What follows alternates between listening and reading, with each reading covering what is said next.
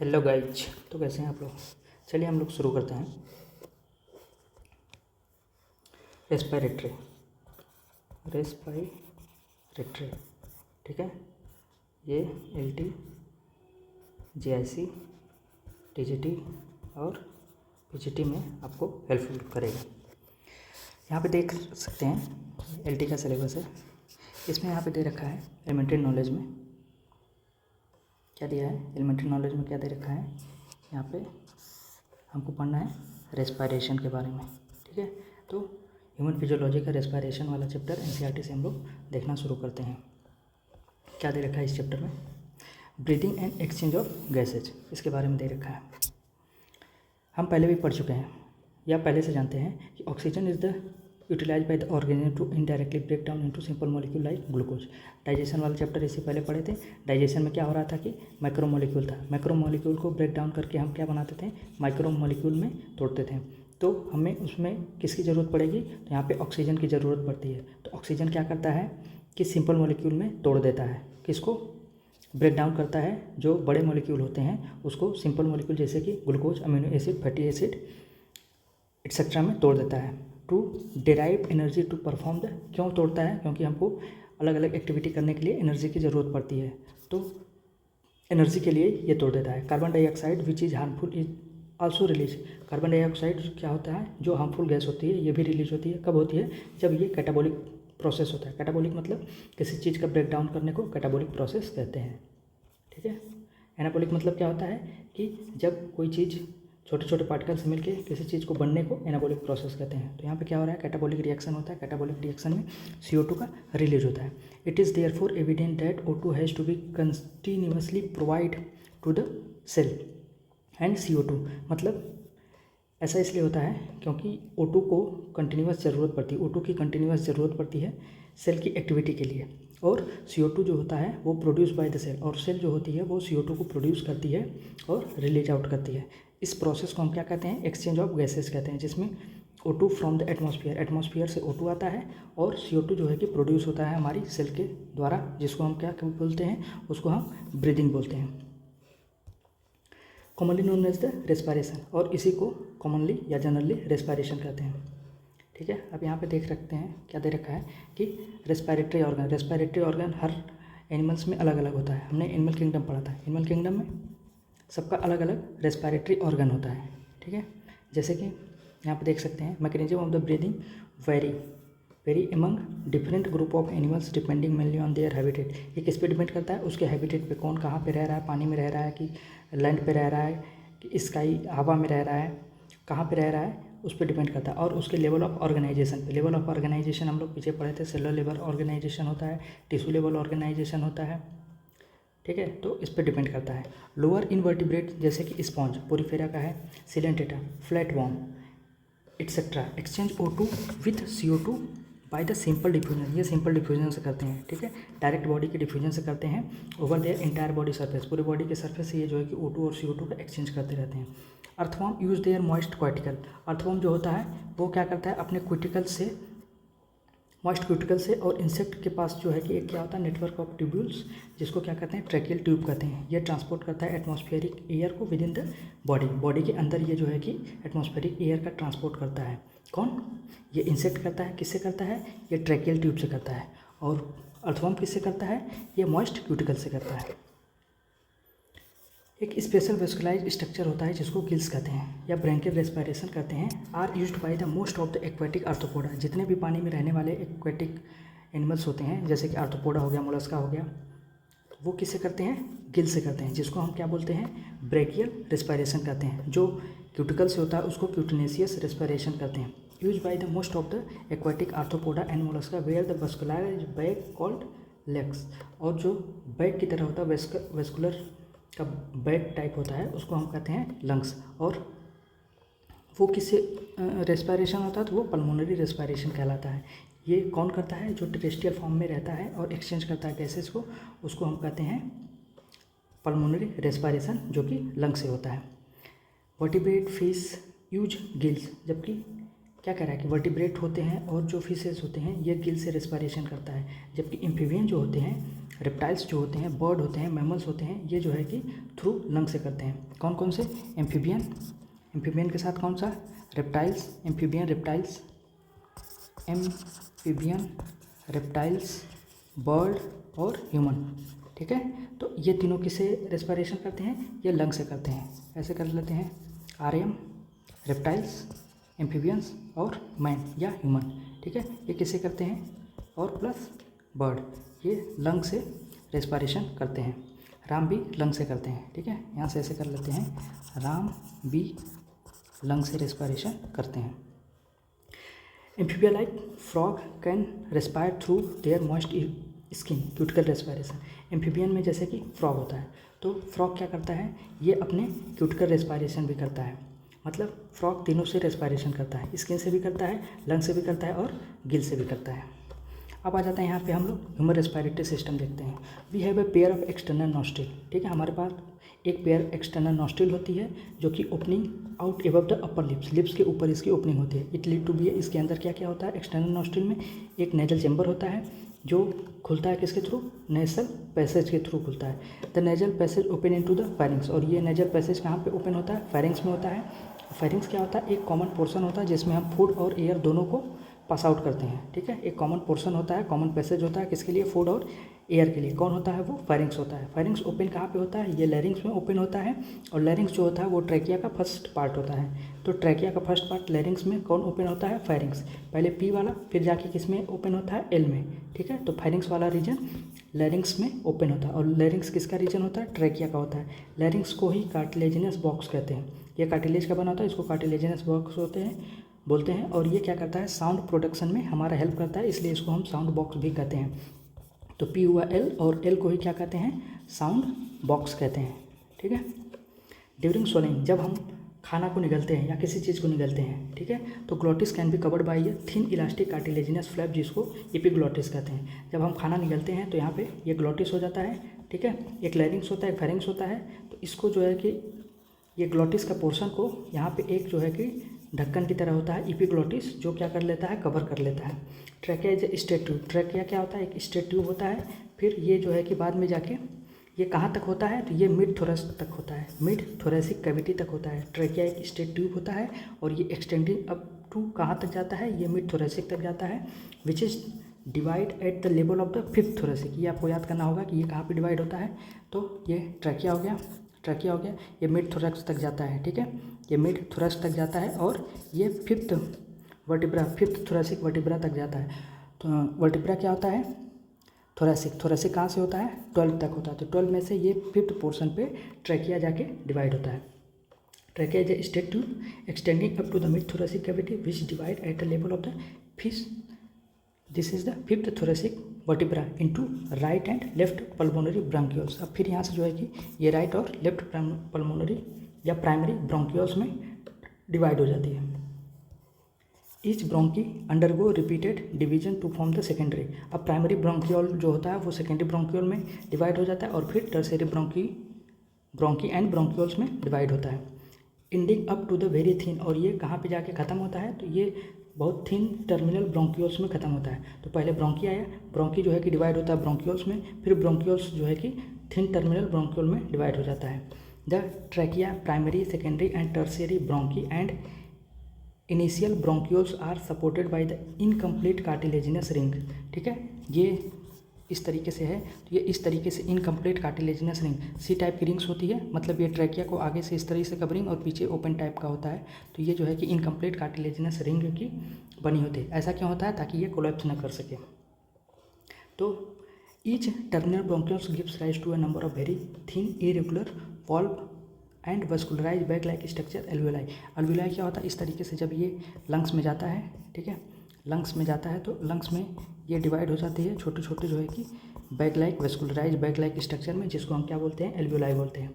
The branching network of bronchioles and alveoli comprise the lungs. ठीक है, तो ये पूरी तरीके से जो ब्रांचिंग होती है ब्रोंकी की, ब्रोंकियोल्स की और एल्वियोलाई, इन सबको मिला के हम क्या बोलते हैं? लंग्स बोलते हैं। वी हैव द 2 लंग्स, हमारे पास 2 लंग्स होता है, और इसमें जो है कि डबल लेयर होता है। ठीक है, डबल लेयर, यहाँ पे डबल लेयर प्लूरा होता है, विच इज प्लूरल फ्लूइड, जिसके अंदर क्या होता है? एक फ्लूइड भरा होता है जो क्या करता है? उसमें जो है कि फ्रिक्शन को रिड्यूस करता है। तो it reduce the friction on the lungs surface. वो कौन होता है, वो प्लूरल एक फ्लूइड होता है जो कि क्या होता है कि दोनों लेयर के बीच में पाया जाता है। The outer pleural membrane is close contact to the thoracic. जो आउटर मेम्ब्रेन होती है ये thoracic lining where the inner pleural membrane contact with the lungs. तो अंदर वाला क्या होता है, लंग्स के सरफेस से कॉन्टैक्ट होता है, और आउटर वाला कहाँ पे अटैच्ड होता है, तो ये थोरेसिक रीजन में उससे अटैच रहता है, थोरेसिक लाइनिंग से। The part start where the external nostril up to the terminal bronchioles constitute the conducting part. ठीक है, एक्सटर्नल नॉस्ट्रिल नाक से लेके जहाँ तक ये टर्मिनल ब्रोंकियोल्स होता है उस पार्ट को हम कंडक्टिंग पार्ट कहते हैं। और वेयर द जहाँ से alveoli and their duct from the respiratory या exchange part of the respiratory system. और अल्वियोलाई से लेके आगे तक हमारे बॉडी में जहाँ तक गैसेज का एक्सचेंज होता है उसको रेस्पिरेटरी सिस्टम कहते हैं। तो दो पार्ट होता है, एक कंडक्टिंग पार्ट होता है और एक रेस्पिरेटरी पार्ट होता है। तो कंडक्टिंग पार्ट या एक्सचेंजिंग पार्ट कहते हैं उसको। कंडक्टिंग पार्ट क्या होता है, जहाँ से हवा नॉस्ट्रिल से लेके टर्मिनल ब्रोंकियोल्स तक, उसको बोलते हैं कंडक्टिंग पार्ट। और उसके आगे जहाँ से एल्वियोलाई और ये गैसेज का एक्सचेंज होता है उसको कंडक्टिंग पार्ट कहते हैं, एक्सचेंजिंग पार्ट कहते हैं। The conducting part transport the atmospheric air. Conducting part में होता क्या है, एटमॉस्फेयर से एयर को लिए और एल्वियोलाई तक ले जाके छोड़ दिए, इस पार्ट को कंडक्टिंग पार्ट कहते हैं। Clear it from foreign particle. इसमें क्या क्या होता है, ये फॉरेन पार्टिकल होते हैं, ह्यूमिडिफाइड होता है, और इसमें क्या चीज़ होता है, also bring the air to the body temperature. और ये जो है कि बॉडी के टेम्परेचर के अनुसार जो है कि एयर को लाता है या ह्यूमिडिफाइड उस तरीके से करता है। Exchange part is the side. Exchanging part क्या होता है, वो ऐसा साइड जहाँ पे एक्चुअल डिफ्यूजन होता है O2 एंड CO2 का between the blood and atmospheric air. तो हम जो है कि बाहर से नाक के थ्रू हम क्या लेके आते हैं, एयर लेके आते हैं, और एयर से जो है कि एक्सचेंजिंग पार्ट में केवल O2 और CO2 का एक्सचेंज होता है। The lungs are situated in the thoracic chamber. और लंग्स जो होता है ये कहाँ पे सिचुएटेड होता है, तो ये थोरेसिक चैम्बर में होता है, which is anatomically air tight chamber. मतलब कि लंग्स जो होता है वो एयर टाइट चैम्बर होता है। The thoracic chamber is formed dorsally. Dorsally मतलब क्या होता है, पीछे की साइड। पीछे की साइड हमारा लंग्स को महसूस कीजिए। लंग्स क्या होता है, पीछे से वर्टिब्रल से घिरा होता है, ठीक है। और वेंट्रली मतलब सामने की तरफ स्टर्नम होता है। तो ये लंग्स का पोर्शन हो गया, ठीक है, ये लंग्स का पोर्शन हो गया। तो अब पीछे की तरफ क्या होता है, पीछे की तरफ वर्टिब्रल कॉलम होती हैं, ठीक है, और आगे की तरफ क्या होता है, स्टर्नम होता है। तो डॉर्सली में वर्टिब्रल कॉलम, वेंट्रली में स्टर्नम, लेटरल साइड अगल बगल क्या होती है, रिब्स होती है, और नीचे की साइड पे इस तरीके से डायफ्राम बना होता है। यहाँ पे फोटो में दिखा देते हैं कि नीचे का साइड डायफ्राम है, यहाँ पे आगे इस तरीके से स्टर्नम बना होता है, ठीक है, और बगल में ये रिब्स बनी होती है, और पीछे की साइड क्या होता है, वर्टिब्रल कॉलम हो गया। तो ये जो है कि हमारे लंग्स का थोरेसिक चैम्बर हो गया। किस तरीके से ये एनाटॉमिकली टाइट चैम्बर होता है, एयर टाइट चैम्बर होता है। और ये कैसा होता है डायफ्राम, ये डायफ्राम डोम शेप का होता है। तो पूछ देगा कि डायफ्राम कैसा होता है, किस शेप का होता है, तो ये डोम शेप का होता है। The anatomically setup of lungs in the thorax is such that any change in the volume of the thoracic cavity will be reflected in the lungs या पल्मोनरी कैविटी। क्या कह रहा है कि जो एनाटॉमिकली ये पूरा सेटअप है, ठीक है, पीछे वर्टिब्रल कॉलम, आगे स्टर्नम, लेटरल में रिब्स और लोअर साइड में डायफ्राम। ये जो एनाटॉमिकल सेटअप है lungs is thorax such as that any change in the volume, ठीक है, लंग्स में कोई भी वॉल्यूम का चेंज होता है of the thoracic cavity will be reflected in the lungs. तो ये जो है कि क्या करता है, लंग्स को रिफ्लेक्ट करता है, ठीक है, इसी को पल्मोनरी कैविटी कहते हैं। Such that the arrangement is essential. और ये जो है कि इस तरीके का अरेंजमेंट किसके लिए ज़रूरी होता है, ब्रीदिंग करने के लिए। तभी तो जो है कि जब गैसेस का एक्सचेंज होगा तो ब्रीदिंग होगी। वी कैन नॉट, हम जो है कि डायरेक्टली जो है कि अल्टर या चेंज नहीं कर सकते अपने पल्मोनरी वॉल्यूम को। Respiration involve following step. कौन कौन से स्टेप में रेस्पिरेशन होता है, तो पहला होता है कि ब्रीदिंग या pulmonary ventilation by which atmospheric air is drawn in and CO2 rich alveolar air is released out. मतलब क्या कर रहा है कि जब हम ब्रीदिंग करते हैं या पल्मोनरी वेंटिलेशन होता है तो एटमॉस्फेरिक एयर जो है कि हमारे बॉडी के अंदर आता है या हमारे लंग्स में आता है, और यहाँ से CO2 का जो है कि CO2 रिच एल्वियोलर एयर जो होता है वो रिलीज्ड आउट हो जाता है। यानी कि बाहर से एटमॉस्फेरिक एयर से अंदर आता है, और जो है कि जो एल्वियोलाई में CO2 होता है वो आउटसाइड चला जाता है, रिलीज्ड आउट। सेकंड है डिफ्यूजन ऑफ गैसेज, ठीक है, गैसेज का डिफ्यूजन O2 एंड CO2 का क्रॉस एल्वियोलर मेम्ब्रेन। जो एल्वियोलाई की मेम्ब्रेन होती है इसमें जो है कि O2 और CO2 का डिफ्यूजन होना, ये सेकंड प्रोसेस दे रखा है रेस्पिरेशन का। थर्ड क्या होता है कि transport of gases by the blood, blood के अंदर जो है कि गैसेज का ट्रांसपोर्ट होना। और फोर्थ है diffusion of O2 and CO2 between the blood and tissue, हमारे ब्लड में और टिश्यू में जो है कि किस तरीके से O2 और CO2 का डिफ्यूजन होता है। फिफ्थ दे रखा है utilisation of O2 by the cell, हमारी बॉडी जो होती है, हमारी सेल जो होती है O2 का यूटिलाइजेशन करती है किसके लिए? For the catabolic reaction. कोई भी चीज़ जो है कि जब टूटेगा, कैटाबॉलिक रिएक्शन होगा तो हमें किसकी ज़रूरत होगी? O2 की, जो कि फर्स्ट लाइन में शुरू में ही बता दिए थे। एंड रिजल्टेंट, जिससे क्या होता है कि रिलीज होता है क्या चीज़ का? CO2 का रिलीज होता है। इसको जो है कि सेलुलर रेस्पिरेशन कहते हैं। ये जब हम आगे क्लास चैप्टर 12 पढ़ेंगे तो उसमें पढ़ेंगे। फिलहाल हम देख लेते हैं क्या है मैकेनिज्म ऑफ ब्रीदिंग। ब्रीदिंग का क्या क्या मैकेनिज्म? ब्रीदिंग को दो पार्ट में डिवाइड किया गया है, ठीक है। एक होता है इंस्पायरेशन होता है, इंस्पायरेशन, और एक होता है एक्सपायरेशन, ठीक है। इंस्पायरेशन क्या चीज़ होता है?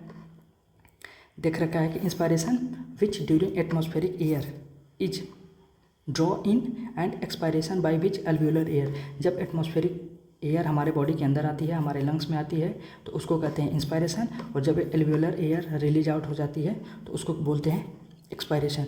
The movement of air into and out the lungs is carried out by creating a pressure gradient. और ये हमेशा कब होता है? Pressure gradient. प्रेशर ग्रेडियंट क्या होता है? जब भी कोई चीज़ हाई से लो की तरफ जाती है तो उसको प्रेशर ग्रेडियंट कहते हैं। तो ऐसा कब होता है? इंस्पायरेशन कब होगा? जब एटमॉस्फेरिक एयर बहुत ज़्यादा होगी और ये हमारी बॉडी के अंदर का एयर कम होगी, तो जो है कि ये जो होगा उसको बोलते हैं प्रेशर ग्रेडियंट।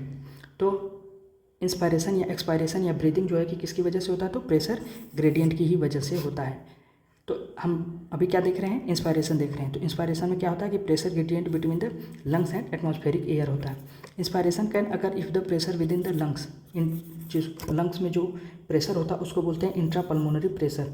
तो इंस्पायरेशन कब होता है? ये तब होता है इफ़ द, जब क्या होता है कि pressure within the lungs, lungs के अंदर less than the atmospheric pressure होता है। एटमॉस्फेरिक प्रेशर से हमारे लंग्स का प्रेशर कम होता है, यानी कि एटमॉस्फेयर में प्रेशर ज़्यादा होता है, हमारे लंग्स में प्रेशर कम होता है, तब हम जो है कि क्या करते हैं? इंस्पायरेशन करते हैं। That is a negative pressure is in the lungs which respect to atmospheric pressure, ठीक है। नेगेटिव प्रेशर का मतलब कि अगर ऊपर का प्रेशर 100 है तो हमारे बॉडी के अंदर का प्रेशर -100 है, ठीक है। तो ये हाई वाला हो गया और ये लो वाला हो गया, तो यहाँ पे प्रेशर ग्रेडियंट होता है। इसी तरीके से एक्सपायरेशन क्या होता है? Expiration take place when the intra pulmonary pressure, यानी कि हमारे अंदर का प्रेशर हाई होता है, देन द एटमॉस्फेयर, किससे हाई होता है? एटमॉस्फेरिक प्रेशर से, यानी कि अंदर का प्रेशर 100 है तो एटमॉस्फेयर का प्रेशर -100 होगा, तब जो है कि ये एक्सपायरेशन होने का काम होता है। इसी तरीके से एक्सपायरेशन दे रखा है कि यहाँ पे हो गया the diaphragm and the special setup of membrane muscles, diaphragm and specialise set of muscles, external and internal intercostal muscles between the ribs help in the generation of such gradient. मतलब इस तरीके, इस ग्रेडियंट में, कौन से gradient में? जो यहाँ पे प्रेशर ग्रेडियंट है, इसमें और कौन कौन सी मसल्स हेल्प करती हैं? एक डायफ्राम हेल्प करता है और कुछ जो है कि स्पेशलाइज सेटअप ऑफ मसल, जैसे कि एक्सटर्नल इंटरकॉस्टल मसल या इंटरनल इंटरकॉस्टल मसल्स, ये जो है रिब्स के बीच में होती हैं, ये भी इस तरीके के ग्रेडियंट में हेल्प करती हैं। Inspiration is initiated by the contraction of diaphragm. ये क्या होता है? इंस्पायरेशन किस तरीके से होता है? जब ये डायफ्राम की मसल्स नॉर्मली डोम शेप की होती है, ठीक है। नॉर्मली कैसी होती है? डायफ्राम की मसल डोम शेप की होती हैं। तो diaphragm and specialise set of muscles, external intercostal muscles between the ribs help in the generation of such gradient. Inspiration is initiated by the contraction of diaphragm. ये जब dome shape का membrane, ये जब इस तरीके से कॉन्ट्रैक्ट हो जाएगी, इस तरीके से कॉन्ट्रैक्ट हो जाएगी, तो जो लंग्स होगा, लंग्स का कैविटी बढ़ जाएगी, ठीक है। ये साइज इसकी बढ़ जाएगी, तो इसमें क्या चीज़ होगा कि प्रेशर कम हो गया, ठीक है। जब एरिया बढ़ेगी तो प्रेशर हो गया कम, जब प्रेशर कम हो गया तो बाहर का एटमॉस्फेरिक प्रेशर ज़्यादा हो जाता है, जिसकी वजह से एयर हमारे अंदर चली आती है। तो इंस्पायरेशन कब इनिशिएट होता है? जब डायफ्राम का कॉन्ट्रैक्शन होता है, which increase the volume of thoracic chamber, जिससे क्या होता है कि थोरेसिक चेम्बर का वॉल्यूम बढ़ जाता है, और उसको कहते हैं interior posterior axis. Interior posterior मतलब ये आगे के साइड और नीचे के साइड का वॉल्यूम इसका बढ़ जाना। The contraction of external intercostal muscles lift up. इसमें क्या होता है कि जो एक्सटर्नल इंटरकॉस्टल मसल्स होता है, ये रिब्स को आगे की तरफ फैलाता है, जिससे लंग्स का साइज और बड़ा हो जाए। And sternum causing increase in the volume of thoracic chamber in the dorso ventral. और जो डॉर्सो का मतलब क्या हो गया और वेंट्रल का मतलब क्या हो गया? डॉर्सो मतलब पीछे का साइड और वेंट्रल मतलब आगे का साइड। वर्टेब्रल कॉलम और रिब्स के बीच की जो साइज बढ़ेगी तो इससे लंग्स का वॉल्यूम बढ़ेगा of the thoracic chamber in the dorsoventral side. Overall इससे क्या चीज़ होता है कि thoracic volume cause a similar increase in the pulmonary volume. तो थोरेसिक वॉल्यूम जो है कि पल्मोनरी वॉल्यूम की तरह ये अपने वॉल्यूम को बड़ा कर लेगा। And increase in the pulmonary volume decrease in the intra pulmonary pressure मतलब क्या होता है कि जैसे जैसे हमारा लंग्स का साइज बढ़ेगा तो उसमें का क्या चीज़ होगा, प्रेशर उसका कम होगा, तो वॉल्यूम बढ़ेगा तो प्रेशर कम हो जाएगा। And increase in the pulmonary volume decrease in the intra pulmonary pressure to less than the atmospheric pressure. ठीक है, एटमॉस्फेरिक प्रेशर से यहाँ का प्रेशर कम हो जाता है। ठीक है, तो इधर जो है कि एटमॉस्फेयर में हाई प्रेशर हो जाता है और लंग्स में लो प्रेशर हो जाता है। इस वजह से हाई प्रेशर से लो प्रेशर की तरफ ये जो है कि प्रेशर ग्रेडियंट बन जाता है। जैसे कि force and the air outside to move into the lungs, इससे क्या होता है कि बाहर की जो हवा होती है वो हमारे लंग्स में आ जाती है, इसी को कहते हैं इंस्पायरेशन। ठीक है, इंस्पायरेशन में 4 चीज़ें दे रखा है, क्या क्या है। एक जो है कि एक्सटर्नल इंटरकॉस्टल मसल्स का काम होता है, फिर वर्टिब्रल कॉलम और रिब्स के बीच वॉल्यूम बढ़ जाता है। इससे क्या होता है कि हमारे लंग्स में या पल्मोनरी वॉल्यूम इंक्रीज कर जाता है। इसके इंक्रीज करने की वजह से प्रेशर यहाँ पे कम हो जाता है और एटमॉस्फेरिक प्रेशर हाई हो जाता है। तो हाई प्रेशर से लो प्रेशर की तरफ जब एयर का एक्सचेंज होता है तो उसी को इंस्पायरेशन कहते हैं। रिलैक्सेशन ऑफ डायफ्राम का रिलैक्सेशन मतलब पहले क्या था, ये फ्लैट हो गया था, अब ये जब रिलैक्स करेगा तो ये इस तरीके से कॉन्टैक्ट कर जाता है, यानी कि डोम शेप का होता है। तो relaxation of diaphragm and intercostal muscles return the diaphragm and sternum of their normal position. पहले क्या हुआ था कि जब इंस्पायरेशन करना था तो इन सब का साइज बढ़ गया था, अब ये फिर से जब अपने नॉर्मल कंडीशन में आ जाते हैं तो जो थोरेसिक वॉल्यूम इंक्रीज किया था वो हो जाता है रिड्यूस। एंड इससे क्या चीज़ होता है कि पल्मोनरी वॉल्यूम भी इसका रिड्यूस हो जाता है। This lead to the increase in the intra pulmonary pressure. इससे क्या होता है, जब ये इसकी वॉल्यूम कम होता है तो वॉल्यूम कम होगा तो प्रेशर ज़्यादा हो जाता है। तो जब जैसे जैसे वॉल्यूम इसका घटता है प्रेशर इसका बढ़ने लगता है स्लाइटली एबव द, और ये जो है कि जैसे एटमॉस्फेरिक प्रेशर से हमारे पल्मोनरी वॉल्यूम का प्रेशर ज़्यादा होता है तो एयर जो है कि बाहर चली जाती है, लंग से बाहर हो जाती है, एक्सपल्सन हो जाता है एयर का, उसी को हम कहते हैं एक्सपायरेशन।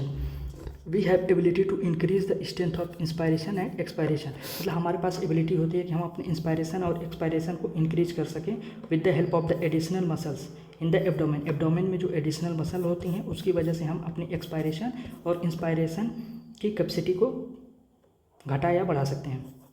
ऑन एन एवरेज किसी हेल्दी ह्यूमन का जो है कि ब्रीदिंग रेट 12 से 16 टाइम्स पर मिनट होती है। ठीक है, एक जो है कि 1 मिनट में वो 12 से 16 बार जो है कि सांस ले सकता है एक healthy human. The volume of air involve in the breathing movement can be estimated by using A spirometer. और ये जो है कि ब्रीदिंग मूवमेंट को हम कैसे देख सकते हैं, एक स्पायरोमीटर से, जो कि क्लिनिकली असाइनमेंट होती है। अब उसके बाद आ जाता है रेस्पिरेटरी वॉल्यूम। इसका सबसे पहले एक ट्रिक देख लेते हैं, क्या होता है ITER ईटर। इसको याद करने का तरीका होता है यहाँ से 30, 5, 11 और 12। ठीक है, आप इसको लर्न कर लीजिए, क्या है ITER। ठीक है, 30, 5, 11, 12 मल्टीप्लाई बाई द 100। ठीक है, तो इसे मल्टीप्लाई कर देंगे 100 से, तो ये कितना हो जाएगा, दिस इज़ 3000। ये कितना हो जाएगा, दिस इज़ 500। ये कितना हो जाएगा 1100, और ये कितना हो जाएगा 1200। अब देख लेते हैं यहाँ पे क्या दे रखा है, यहाँ पे दिया है tidal volume of air inspiration या expiration during a normal respiration. हम जनरली चुपचाप अगर बैठे हैं और कोई काम नहीं कर रहे हैं, नॉर्मल कंडीशन में हैं, तो हम एक्सपायरेशन या इंस्पायरेशन जो कर रहे हैं वो उसमें कितने वॉल्यूम का एक्सचेंज होगा, तो 500 ml का एक्सचेंज होता है। तो हेल्दी मैन कैन इंस्पायर या expire approximately 6000 to 8000 ml of air पर मिनट। 1 मिनट में हम 6000 से 8000 जो है कि वो करते हैं, एक्सचेंज करते हैं। ठीक है, इंस्पायरेशन या एक्सपायरेशन। तो टाइडल वॉल्यूम होता कितना है, टाइडल वॉल्यूम 500 होता था। This is the T for tidal volume, और ये कितना होता है 5 ml होता है। और जो हेल्दी ह्यूमन होता है वो इंस्पायरेशन या एक्सपायरेशन अप्रॉक्सीमेटली कितना करता है, 6000 से 8000 ml। दूसरा आ जाते हैं IRV, मतलब inspiratory reserve volume. This is the IRV, I for inspiratory reserve volume. यहाँ पे ये कितना होता है, दिस इज़ 3000 होता है। तो ये 2500 से 3000 ml होता है।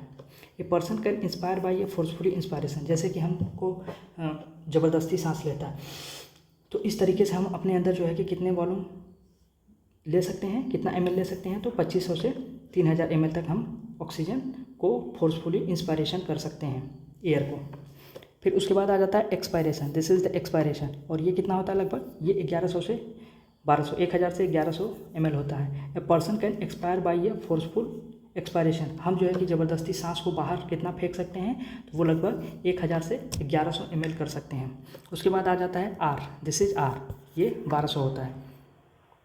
तो रेसिडुअल वॉल्यूम कहते हैं volume of air remaining in the lungs even after a forceful expiration, मतलब कि जो फोर्सफुल एक्सपायरेशन करने के बाद 1000 से 1100 ये फोर्सफुल एक्सपायरेशन करने के बाद जो वॉल्यूम हमारे अंदर बच जाता है उसको हम कहते हैं रेसिडुअल वॉल्यूम। ये कितना होता है? 1100 से 1200 ml होता है। By adding up a few respiratory volume describe ever, और जो है कि हम आगे यहाँ पे देख सकते हैं। तो ऊपर हम लोग क्या देखे थे? ईटर को देखे थे। This is I, this is I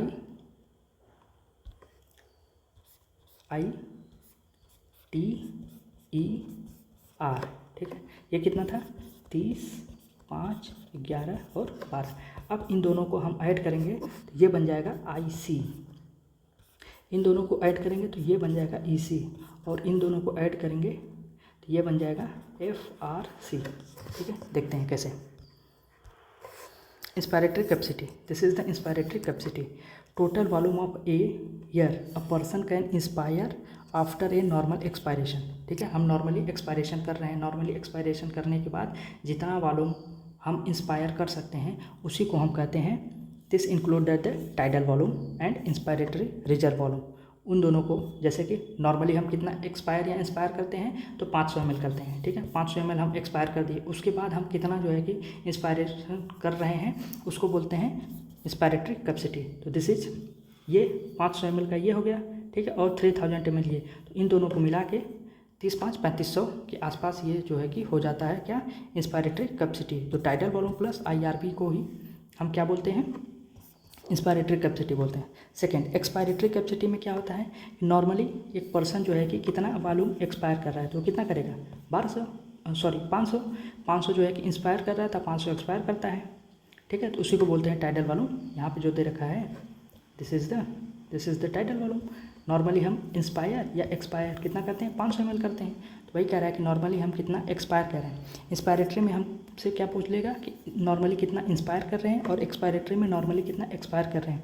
उसके बाद हम नॉर्मल इंस्पायरेशन कर रहे हैं, मतलब कि 500 बाहर निकालने के बाद हम कितना वॉल्यूम अपने बॉडी के अंदर ले सकते हैं उसको बोलते हैं एक्सपायरेटरी कैपेसिटी। तो दिस इज़ द 500 और दिस इज़ दिस, तो 1100 प्लस 500 ये जो है कि एक्सपायरेटरी कैपेसिटी हो जाती है। उसके बाद आ जाता है FRC। FRC क्या होता है? Volume of air that will remains the lungs after a normal expiration. Normal expiration करने के बाद हमारे बॉडी के अंदर कितनी रह जाती है उसको बोलते हैं FRC। This is ERV plus residual volume, इन दोनों को हम जब ऐड करते हैं तो ये बन जाता है FRC। वाइटल कैपेसिटी क्या होता है? अब चलो देख लेते हैं आगे वाइटल कैपेसिटी क्या चीज़ होता है। जब हम इन दोनों को ऐड करते हैं तो ये बन जाता है वाइटल कैपेसिटी, ठीक है। तो the maximum volume of air a person can breathe in forceful, हम ज़बरदस्ती कितने अपने बॉडी के अंदर से हवा को बाहर फेंक सकते हैं। दिस इंक्लूड, उसमें क्या क्या आता है? उसमें आ जाता है ERV, टाइडल वॉल्यूम और IRV। This is the ERV, this is the tidal volume and this is the IRV। इन तीनों को मिला के हम जो है कि क्या बोलते हैं? वाइटल कैपेसिटी बोलते हैं। या maximum volume of a person can breathe out after a forceful inspiration, या बहुत ज़बरदस्ती जो है कि हम फोर्सफुल इंस्पायरेशन करें, ठीक है।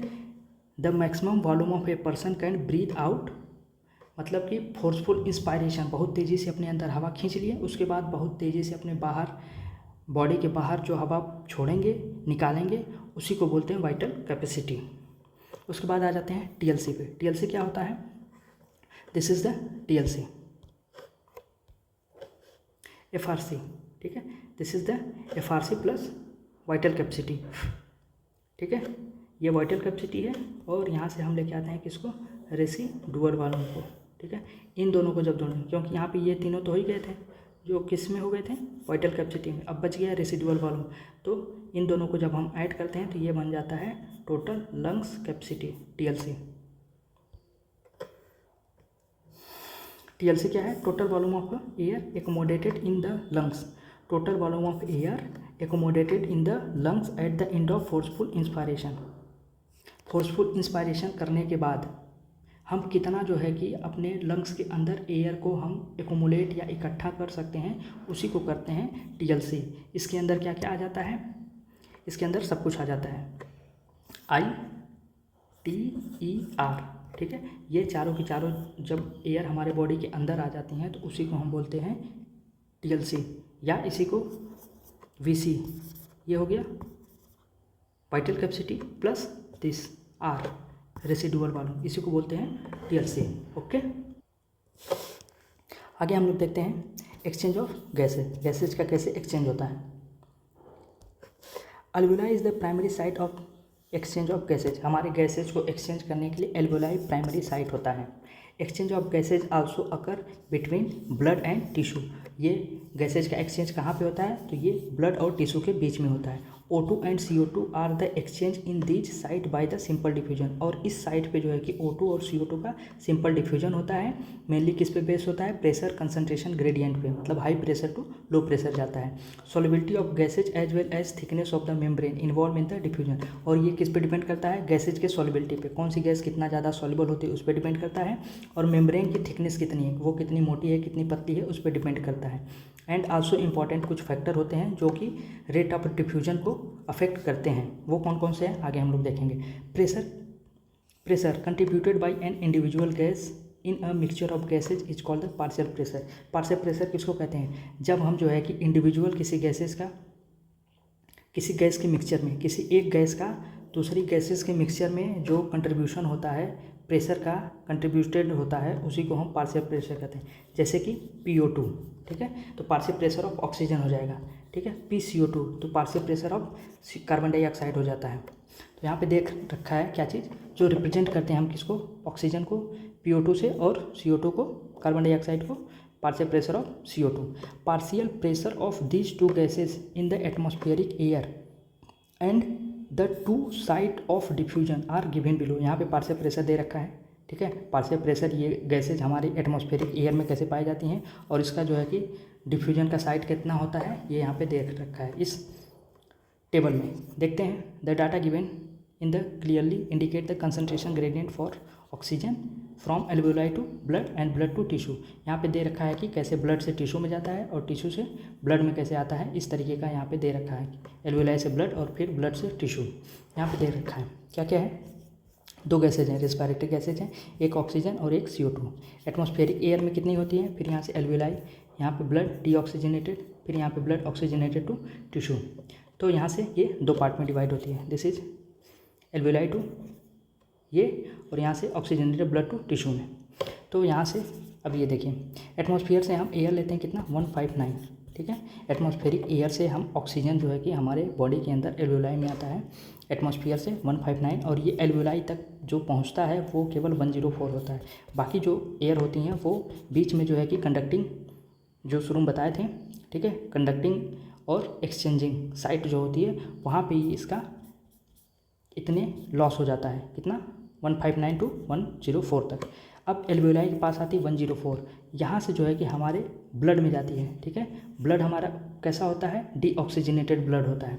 जो डीऑक्सीजनेटेड ब्लड होता है उसमें जो है कि एल्वुलाई से ऑक्सीजन का जो चेंज होता है वो 40 जाता है, और जो ऑक्सीजनेटेड ब्लड होता है उसमें 95 जाता है, ठीक है। तो एल्वुलाई से जब ये ऑक्सीजनेटेड ब्लड में जाती है O2, तो वो कितनी जाती है, 95 जाती है। फिर वहाँ ब्लड से ये टिश्यू में कितनी पहुँचती है, 40 पहुँचती है, ठीक है। अब हम CO2 का देखते हैं। CO2 जो है कि एटमॉस्फेयर में कितनी है, 0.3%, 0.3 है, ठीक है। हमारे बॉडी के अंदर, हमारे टिश्यू में, हमारे डीऑक्सीजनेटेड ब्लड में ये ज़्यादा होती है। एल्वुलाई में CO2 कितनी होती है, 40 होती है, और डीऑक्सीजनेटेड जो ब्लड होता है उसमें जो है कि CO2 की मात्रा ज़्यादा होती है, ठीक है। तो यहाँ पे 45 हो जाती है। और ऑक्सीजनेटेड ब्लड में कितनी होती है, ये 40 होती है, और टिश्यू में और डीऑक्सीजनेटेड ब्लड इन दोनों में सेम होती है, कितनी होती है, 45। तो आँख बंद करके एक बार इमेजिन करिए कि 0.3%, 0.3 जो होती है mmHg, not percent, partial pressure जो है कि यहाँ पे mmHg दे रखा है, तो CO2 0.3 mmHg होता है कहाँ पे, एटमॉस्फेयर में। फिर एल्वुलाई आता है, फिर डीऑक्सीजनेटेड ब्लड आता है, फिर ऑक्सीजनेटेड ब्लड आता है, फिर टिश्यू आता है, ठीक है। तो यहाँ से याद कर देते हैं ADOT, ADOT, ठीक है, एल्वुलाई, फिर यहाँ पे डीऑक्सीजनेटेड, ऑक्सीजनेटेड और टिश्यू में। तो ADOT, ए में कितना होता है, 40 होता है, फिर ये कितना होता है, 45 होता है, फिर ये 40 और ये 45, तो 40, 45, फिर 40, 45, ठीक है। ये कहाँ पे है, ए डॉट के पास है, ए डॉट के पास है, ठीक है। ए मीन्स एल्वियोलाई, डी मतलब डी ऑक्सीजनेटेड, ओ मतलब ऑक्सीजनेटेड, टी मतलब टिश्यू। ये किसका दे रखा है, ये दे रखा है CO2 का, और एटमॉस्फेयर में ये कितनी होती है, 0.3 होती है, ठीक है। अब हम देख लेते हैं किसका, ऑक्सीजन का। ये कैसे याद करेंगे, 159 होती है एटमॉस्फेरिक, सबसे ज़्यादा हो जाती है। फिर ADOT, ए डॉट में कितना 104, फिर 40, फिर 95, और टिश्यू के अंदर कितनी होती है, 40 होती है, ठीक है। 104 तो 40, 95, 40, और एल्वियोलाई में कितनी होती है, 104। इस तरीके से आप जो है कि इसको याद कर लीजिएगा। This is the inspired air और ये एक्सपायर्ड एयर। ये एल्वियोलाई होती है, एल्वियोलाई में पार्शियल प्रेशर 104 mmHg होता है, और CO2 कितना होता है, 40 mmHg होता है एल्वियोलाई। अब यहाँ से ये जो है कि हमारे किस में चली जाती है, ये लंग्स, यहाँ से लंग्स में चली जाती है, ठीक है। पल्मोनरी वेन के थ्रू यहाँ से, this is the alveoli. Alveoli कहाँ पे है, लंग्स, लंग्स से फिर यहाँ पे हार्ट में जाती है, फिर हार्ट से ये जो है कि यहाँ सिस्टमिक आर्टरी के थ्रू ऑक्सीजनेटेड ब्लड यहाँ कहाँ चला जाता है, बॉडी टिश्यू के पास, ठीक है।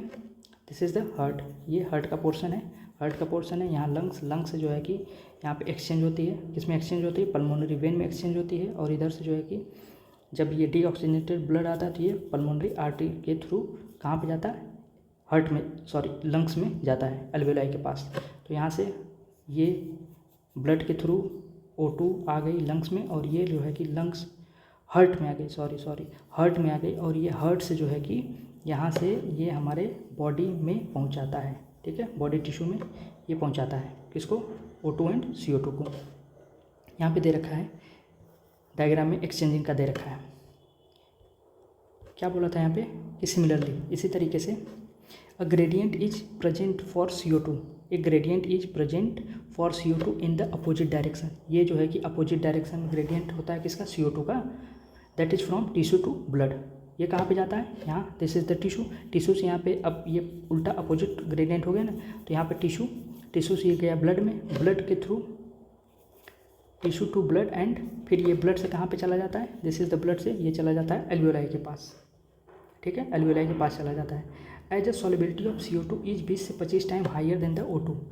शुरू में बताए थे कि गैसियस, ये डिपेंड करता है, प्रेशर ग्रेडियंट किस पे डिपेंड करता है, तो ये डिपेंड करता है उसके डिफ्यूजन पे, कोई कैसी डिफ्यूज है, और दूसरा उसके थिकनेस पे, ठीक है, मेम्ब्रेन का थिकनेस कैसा होता है। तो जो CO2 का सॉलिबिलिटी होता है ये 20 से 25 टाइम्स हायर होता है किससे, O2 से। The amount of CO2 that can diffuse through a diffusion membrane per unit difference in the partial pressure is much higher compare to the O2। क्या कहने का मतलब है कि O2 से 20 से 25 गुना ज़्यादा टाइम हायर होता है, ठीक है, ज़्यादा होता है किसका, CO2 का। The diffusion membrane is made up 3 layer, और ये जो डिफ्यूजन मेम्ब्रेन होती है ये 3 लेयर से मिलकर बनी होती है, ठीक है। Mainly the thin squamous epithelium of alveoli, alveoli की जो है मेम्ब्रेन होती है ये थिन, ये स्क्वेमस इपिथेलियल की बनी होती है। This is the alveoli, alveoli की ये जो पहली मेम्ब्रेन होती है ये जो है कि वन कॉल्ड थिक, ये जो है कि 3 लेयर्स की हो गई। कौन कौन सी होती है, this is the squamous epithelial membrane, फिर सेकंड होती है एंडोथेलियम, और बीच में एक होता है एक बेसमेंट सब्सटेंस होती है।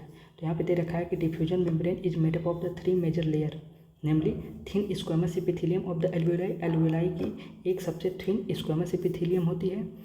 सेकंड होती है the endothelial of the alveolar capillaries, alveolar capillaries की एंडोथेलियम मेम्ब्रेन। और थर्ड जो होती है वो बेसमेंट सब्सटेंस होता है, जो कि क्या होता है, एक थिन बेसमेंट मेम्ब्रेन होती है जो सपोर्ट करती है किसको, स्क्वेमस एपिथेलियल को, एंड द बेसमेंट मेम्ब्रेन को, surrounding the single layer endothelial cell of the capillary in between them, इन दोनों के बीच में यहाँ पे ये दिस इज द, यहाँ पे दे रखा है बेसमेंट सब्सटेंस, ये जो है कि ये इसको चारों तरफ से घेरी रहती है, ठीक है, surrounding the single layer epithelial cell of capillaries in between them, इन दोनों के बीच में होती है, किसके किसके बीच में, ये एंडोथेलियल और स्क्वेमस एपिथेलियल के बीच में होती है।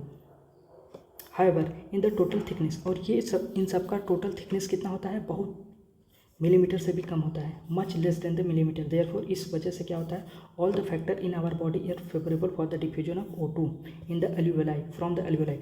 यहाँ दिस इज द O2, ये एल्वियोलाई है, एल्वियोलाई से O2, ये बहुत मेम्ब्रेन बहुत मिलीमीटर से भी छोटी होती है, पतली होती है, इस वजह से यहाँ से O2 जो है कि इसका डिफ्यूजन हो जाता है, एल्वियोलाई से टिश्यू में जाता है, और फिर जो है कि CO2 जो होता है वो टिश्यू से अल्वेओलाई में जाता है। तो इस तरीके से O2 आता है और इधर से जो है कि CO2 जाता है।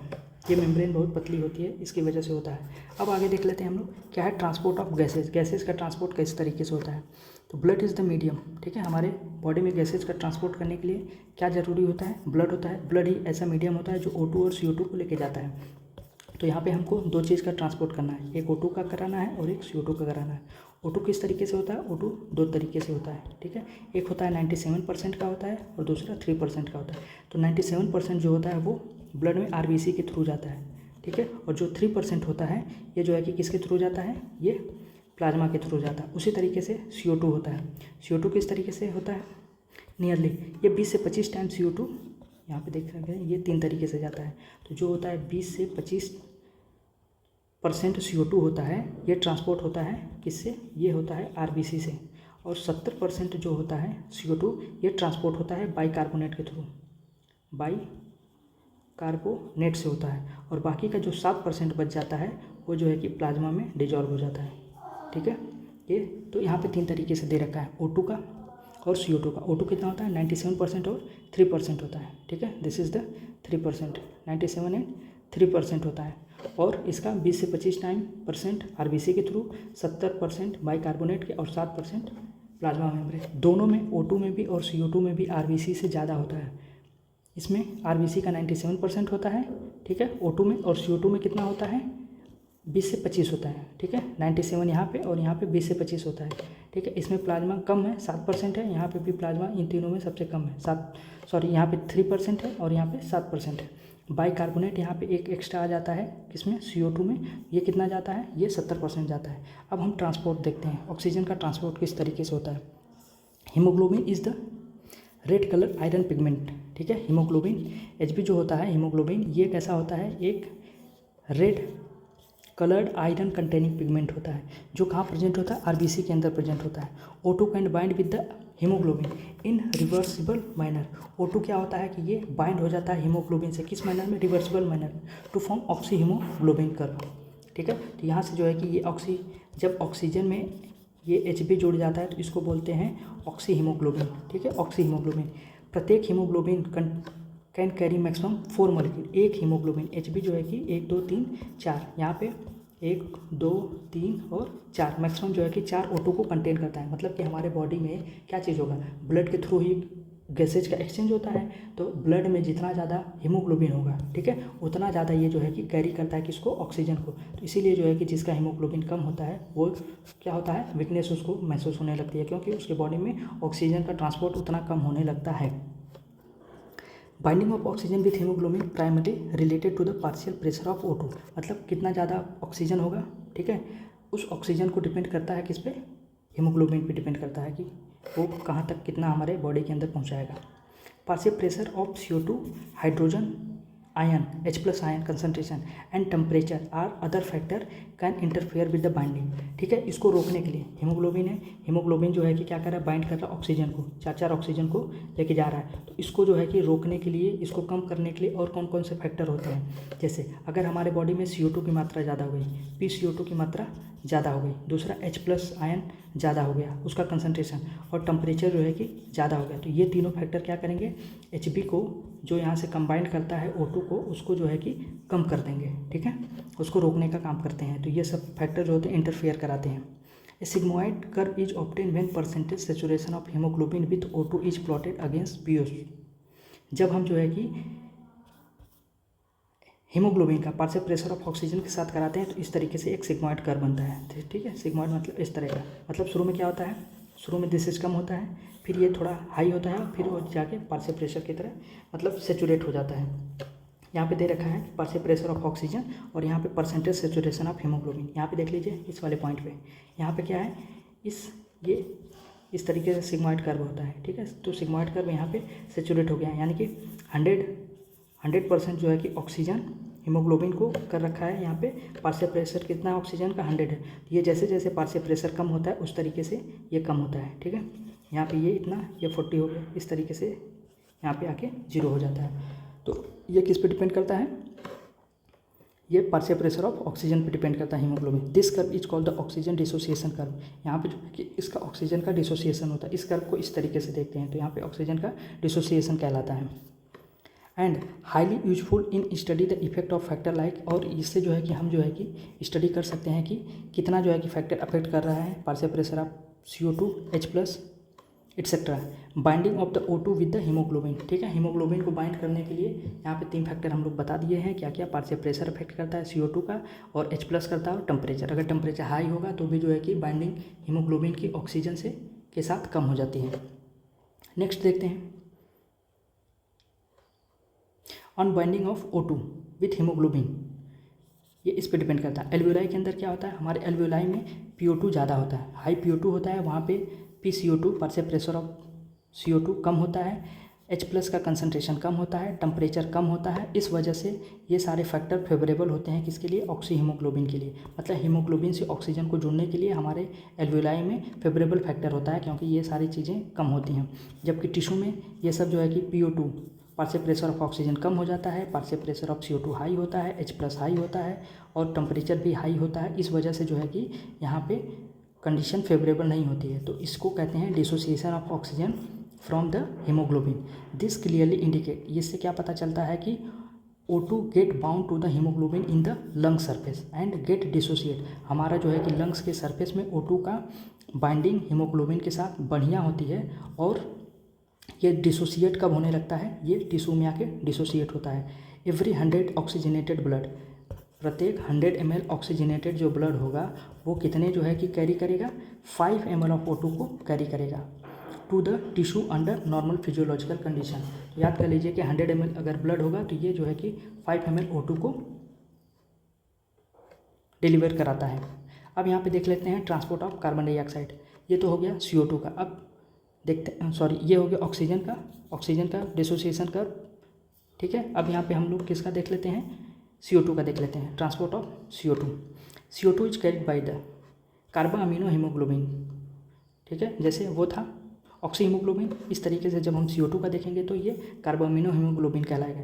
इसको 3 तरीके से बताए थे, 20 से 25 होता है, 70 होता है, 7 होता है। 70 सबसे ज़्यादा जो होता है वो कौन सा होता है? बाइकार्बोनेट के थ्रू। 20 से 25 क्या होता है? RBC होता है, और 7% किस में डिजॉल्व हो जाता है? तो ये प्लाज्मा में डिजॉल्व हो जाता है। तो यहाँ पे देख सकते हैं कि CO2 is carried by haemoglobin, इसको बोलते हैं कार्बो अमीनो। अबाउट ये 20 से 25% होता है। The binding is related to the partial pressure of CO2, ठीक है। ये बाइंडिंग किस पे डिपेंड करती है? तो पार्शियल प्रेशर ऑफ CO2 पे डिपेंड करती है। PO2 is the major factor hood, जो कि अब यहाँ पे इसको कौन अफेक्ट कराएगा? तो जैसे PO2 को अफेक्ट कराता था कौन सा? 3 कराता था। पार्शियल प्रेशर ऑफ CO2 कराता था, और कौन? H+ कराता था, और कौन? हाई टेम्परेचर कराता था। उसी तरीके से जब हम PCO2 का बाइंडिंग देखेंगे तो इसको कौन अफेक्ट करेगा? PO2 अफेक्ट कराएगा। And temperature and low as in their tissue, जो कि क्या होता है? टिश्यू में लो होता है, और टिश्यू में अगर ये चीज़ लो होगा, कौन? PO2 अगर लो होगा तो PCO2 बाइंडिंग इसका हाई हो जाएगा। कहाँ पे? टिश्यू के अंदर। More binding of the carbon dioxide occur whereas the, जबकि PCO2 is low and PO2 high. तो हाई कहाँ पे होता है? पार्शियल प्रेशर ऑफ ऑक्सीजन जो है कि हाई हो जाता है अल्वियोलाई में। तो अल्वियोलाई में जो है कि ये पार्शियल प्रेशर ऑफ CO2 इसका जो है कि कार्बो अमीनो हीमोग्लोबिन लो हो जाएगा। तो इसको बोलते हैं dissociation of CO2 from carbo amino haemoglobin take place, that is CO2 which is bound to a haemoglobin from tissue is deliver at the alveoli. मतलब अल्वियोलाई में ये जो है कि ज़्यादा नहीं करेगा। ये PCO2 जो होता है, CO2 का बाइंडिंग कैपेसिटी कम हो जाती है अल्वियोलाई के अंदर, और टिश्यू के अंदर ज़्यादा हो जाती है। सीधी सी बात है। RBC contain a very high concentration of enzyme. RBC के अंदर क्या चीज़ होता है? इसीलिए तो यहाँ पे हम लोग पढ़े थे जो O2 देख लेते हैं। यहाँ पे O2 का जो है कि कितना था? 97% क्या था? RBC के साथ था, ठीक है, और 3% प्लाज्मा के साथ था। और CO2 का जो था वो 3 तरीके से था। क्या था? 20 से 25 किसके साथ था? RBC के साथ था, और 70 बाइकार्बोनेट के साथ था, और 7% प्लाज्मा मेम्ब्रेन में है। तो यही चीज़ यहाँ पे दे रखा है कि RBC contain very high concentration of the enzyme carbonic anhydrase. तो ये जो RBC होती है, RBC में जो है कि क्या चीज़ बहुत ज़्यादा होता है? एक एंजाइम होती है जिसका नाम होता है कार्बोनिक एनहाइड्रेज, एंड कुछ थोड़ी सी अमाउंट में जो है कि सम अमाउंट, माइन्यूट अमाउंट या minute quantity of the same present in the plasma, ठीक है, और थोड़ी बहुत जो है कि कहाँ पे होती है, ये प्लाज्मा में होती है। तो RBC contain very high concentration of the enzyme. RBC के पास जो है कि बहुत ज़्यादा एंजाइम होती है। कौन सी एंजाइम? कार्बोनिक एनहाइड्रेज होती है। और ये और कहाँ पे पाई जाती है? थोड़ी बहुत प्लाज्मा में भी पाई जाती है। दिस एंजाइम ये क्या करती है? कार्बोनिक एनहाइड्रेज का काम क्या होता है? ये जो है कि फैसिलिटेट कराता है। किसको कराता है? जैसे कि यहाँ पे CO2 है और H2O है, तो CO2 H2O को ये बना देता है बाइकार्बोनेट। कब बनाएगा? जब इसको कार्बोनिक एनहाइड्रेज नामक एंजाइम मिलेगी तो दिस इज बना देता है H2CO3। फिर यहाँ से जो है कि ये इसमें डिसोसिएट हो जाता है HCO3, this is the bicarbonate, HCO3 minus और H+ में, यहाँ से H+ का मात्रा बढ़ रहा है, ठीक है। तो जितना ज़्यादा जो है कि कार्बोनिक एनहाइड्रेज होगा उतना ज़्यादा जो है कि CO2 और वाटर जो है कि कंबाइंड होंगे और ये H+ को रिलीज करेगा और बाइकार्बोनेट को बना लेगा। At the tissue site where partial pressure of CO2 is high, क्या होता है कि टिश्यू में पार्शियल प्रेशर किसका हाई होता है? CO2 का हाई होता है। ड्यू टू किसकी वजह से? कैटाबॉलिज्म। ये दिस इज कैटाबॉलिज्म हो रहा है, ये टूट रहा है ना, दिस इज द टूट रहा है यहाँ पे। तो टिश्यू में जो है कि पार्शियल प्रेशर CO2 का हाई होता है। इस क्यों हाई होता है? क्योंकि यहाँ पे कैटाबॉलिज्म होता है, CO2 डिफ्यूज इनटू ब्लड, और ये CO2 डिफ्यूज कहाँ पे चला जाता है? ब्लड में, जहाँ पे ब्लड के अंदर क्या होता है? आरबीसी और प्लाज्मा होता है, और ये दोनों मिलके क्या बना देते हैं? HCO3 बना देते हैं और H+ आयन। जबकि अल्वेओलाई के पास क्या होता है कि CO2 लो होता है। ये जो है कि कहाँ का दिखा रखा है? दिस इज टिश्यू का दिखा रखा है। लेकिन अल्वेओलाई में जब जाते हैं तो यहाँ पे जो है कि PCO2 होगा लो होने की वजह से ये रिएक्शन जो है कि अपोजिट डायरेक्शन में चली जाती है, ठीक है। तो इसलिए यहाँ पे जब वहाँ की ये कम होता है और वहाँ पे PCO2 ज़्यादा कम होता है तो ये जो है कि उल्टा अपोजिट डायरेक्शन में चली जाती है। तो यहाँ पे जो है कि ये जो टूट रहा है वो बनने लगता है, तो वहाँ पे कैटाबॉलिज्म नहीं होता, एनाबॉलिज्म होने लगता है। तो यहाँ पे दे रखा है कि जब हम अल्वेओलाई साइट में जाते हैं जहाँ पे PCO2 कम होता है, इसकी वजह से reaction proceed in opposite direction, जिससे क्या होता है? फॉर्मेशन होने लगता है CO2 और H2O का। इसी तरीके से CO2 trap as the bicarbonate at the tissue level. तो CO2 क्या चीज़ होता है? बाइकार्बोनेट के फॉर्म में बनता है कहाँ पे? टिश्यू लेवल पे, and transport to the alveoli and release out CO2। तो बाइकार्बोनेट को ट्रैप करके जब ये टिश्यू से अल्वेओलाई में लेके जाते हैं तो वहाँ पे CO2 का रिलीज होता है। तो every 100 ml deoxygenated blood deliver हो जाता है कितना? 4 ml of CO2 in the alveoli. मतलब हमारे ब्लड में से ब्लड जो है क्या करता है? 100 ml डीऑक्सीजनेटेड ब्लड डिलीवर करता है 4 ml ऑफ CO2, ठीक है। जैसे यहाँ पे जो है कि every 100 ml oxygenated blood deliver around 5 ml of O2, ठीक है। कहाँ पे? टिश्यू में। लेकिन यहाँ पे उल्टा चल रहा है। उल्टा क्या चीज़ हो रहा है कि जो डीऑक्सीजनेटेड ब्लड है इसमें है CO2 की मात्रा, ठीक है, इसमें है बाइकार्बोनेट की मात्रा, इसमें H+ की मात्रा है। तो इसको जो है कि हम जब लेके जाते हैं टिश्यू में तो टिश्यू में पार्शियल प्रेशर हो जाता है कम। पार्शियल प्रेशर कम होने की वजह से ये जो है कि यहाँ पे फिर से जो बाइकार्बोनेट होता है ये बन जाता है किसके फॉर्म में? CO2 के फॉर्म में। तो यहाँ से जो है कि अल्वेओलाई के पास 4 ml CO2 पहुँचाता है। कौन पहुँचाता है? 100 ml डीऑक्सीजनेटेड ब्लड। अब आ जाते हैं इसका रेगुलेशन एंड रेस्पिरेशन। कैसे कैसे इसका रेगुलेशन होता है? Human beings have a significant ability to maintain and moderate the respiratory rhythm to suit the demand of the body tissue, ठीक है। ह्यूमन जो होता है, ह्यूमन के पास एक सिग्निफिकेंट एबिलिटी होती है क्या करने के लिए? मेंटेन करने के लिए और मॉडरेट करने के लिए, कि वो अपना रेस्पिरेटरी रिदम को मेंटेन और मॉडरेट कर सकता है। This is done by the neural system, और ये किसकी वजह से होता है? न्यूरल सिस्टम की वजह से होता है। एक स्पेशलाइज्ड सेंटर होता है जो प्रेजेंट कहाँ पे होता है? मेडुला में प्रेजेंट होता है, ठीक है। और यही जो होता है ब्रेन का पार्ट होता है, और इसी को बोलते हैं respiratory rhythm centre. Medulla oblongata को बोलते हैं रेस्पिरेटरी रिदम सेंटर, जो कि प्राइमरी रिस्पॉन्सिबल होता है किस चीज़ के लिए? रेगुलेशन के लिए।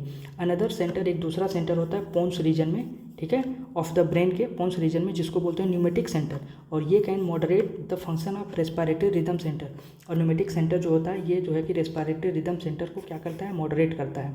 Neural signal from this centre can reduce the duration of inspiration, और यहाँ से जो है कि न्यूरल सिग्नल मिलता है, neural signal from this centre, इस सेंटर से, यानी कि न्यूमेटिक सेंटर से, can reduce the duration of inspiration and alter the respiratory rate, ठीक है। तो यहाँ पे जो दे रखा है कि हम मेंटेन और मॉडरेट कर सकते हैं, तो वो कैसे कर सकते हैं? जब ये न्यूमेटिक सेंटर से न्यूरल सिग्नल जाएगा जो क्या करेगा? इंस्पायरेशन को रिड्यूस कर देगा और रेस्पिरेटरी रेट को चेंज कर सकता है। एक chemosensitive area is situated adjacent to the rhythmic centre.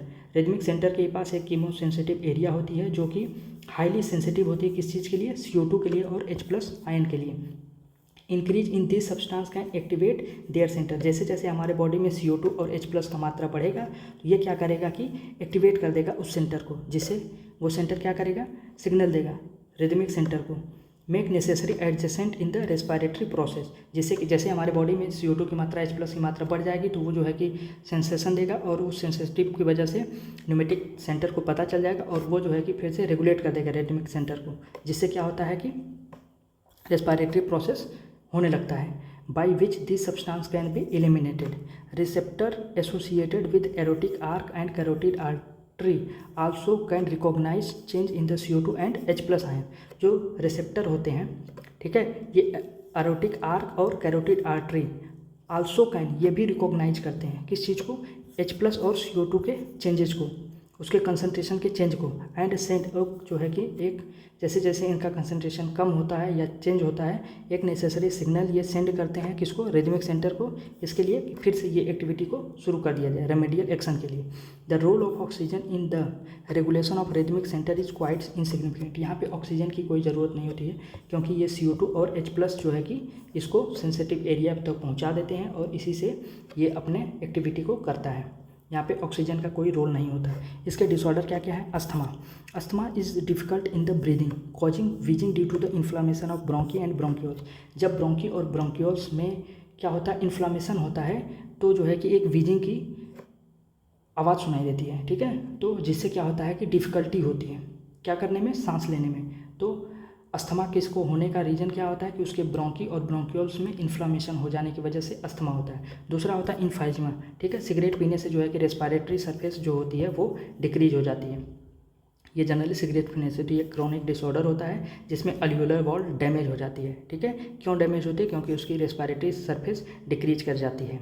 तीसरा होता है ऑक्यूपेशनल रेस्पिरेटरी डिसऑर्डर। इसमें क्या होता है, जैसे इंडस्ट्री में जो भी मजदूर वर्कर जो स्टोन का ब्रेकिंग करते हैं, ये जो है कि यहाँ से एक डस्ट निकलती है, ठीक है, जो डस्ट होती है ये प्रोड्यूस करती है defence mechanism of body can not fully cope with the situation, और ये जो है कि हमारी बॉडी इस सिचुएशन को झेल नहीं पाती है। लॉन्ग एक्सपोजर और बहुत ज़्यादा टाइम तक वहाँ पे रहने पे क्या होता है, इन्फ्लामेशन होने लगता है, ठीक है, और यही जो है कि इन्फ्लामेशन जो है कि फाइब्रोसिस में कन्वर्ट हो जाता है। फाइब्रोसिस में इसमें क्या मतलब होता है, proliferation of the fibre tissue, fibrous tissue जो होता है वो प्रोलिफरेट होने लगता है, दस जिससे क्या होता है कि कॉजिंग सीरियस लंग्स डैमेज हो जाता है, और इससे लंग्स का डैमेज होने लगता है, ठीक है, सिलिकोसिस इसको बोलते हैं, सिलिकोसिस यहाँ पे इसकी डिजीज जो होती है। Worker in such industries should wear protective mask, और इस जगह पे वर्कर को क्या करना चाहिए, एक प्रोटेक्टिव मास्क का मतलब हमेशा लगा के रहना चाहिए जिससे कि डस्ट पार्टिकल उनके बॉडी के अंदर नहीं जा सके। Okay, thank you.